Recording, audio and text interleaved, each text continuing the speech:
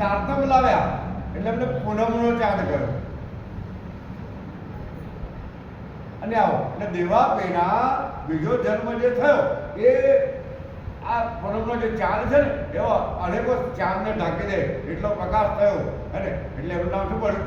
દેવચંદ્ર, ચંદ્રનો રાજા.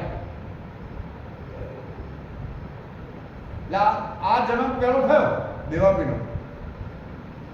અને ત્યારબાદ જે મરુ બાકી હતા ને એ મરુનો જન્મ જ્યારે થયો ને એ જન્મ સમયે હજારો સૂર્યને ઢાંકી દે એટલો પ્રકાશ થયો.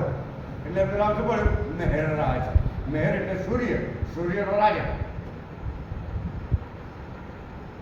ખ્યાલ આવે છે ને? સૂર્યનો રાજા. તો શું કહે છે?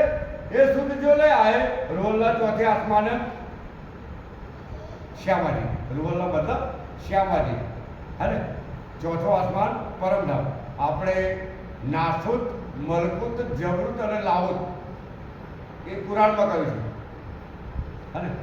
અને આપણે એને ક્ષર, અક્ષર, અક્ષરાથી અને પરમધામ. ફરક ક્યાં છે? ભાષાનો ફરક બીજો કોઈ છે? તો શું કહે છે? એ શુદ્ધ લે રોલ્લા ચોથે આસમાન તીર તેર ક્ષેત્ર में प्राप्त भई त्रिगुण सृष्टि परिवार पहचान. હવે એમનાથી આ ત્રિગુણની જે સૃષ્ટિ છે, બ્રહ્મા વિષ્ણુ મહેરની જે સૃષ્ટિ છે ને એની પહેચાન થઈ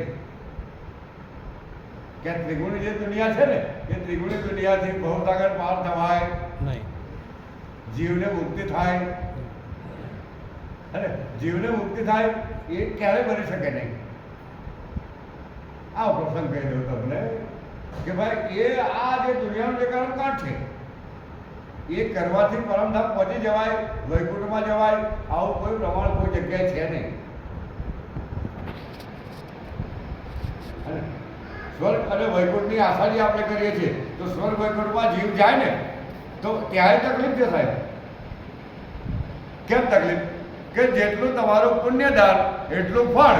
ફરી પાછું જે વધતા ઘટ જગતના ચક્રમાં ફસાઈ જવાનું, આવવું અને જવું. જે વધતા ઘટ જવું અને આવવું. તો અહીંયા तीन क्षेत्र जो प्राप्त भई त्रिगुण सृष्टि विस्तार 3 स्वरूप की वितक जन्म से लेकर હવે 3 સ્વરૂપની વિતક. ખ્યાલ કર પહેલે આપણે પહેલે કે જે વાત કરી ને હવે 3 સ્વરૂપ છે: બસરી, બલકી અને હક્કી. ખ્યાલ આવે છે ને? આ કયા દિવસની લીલા ચાલે છે? ચોથા દિવસની. કયા દિવસની લીલા છે?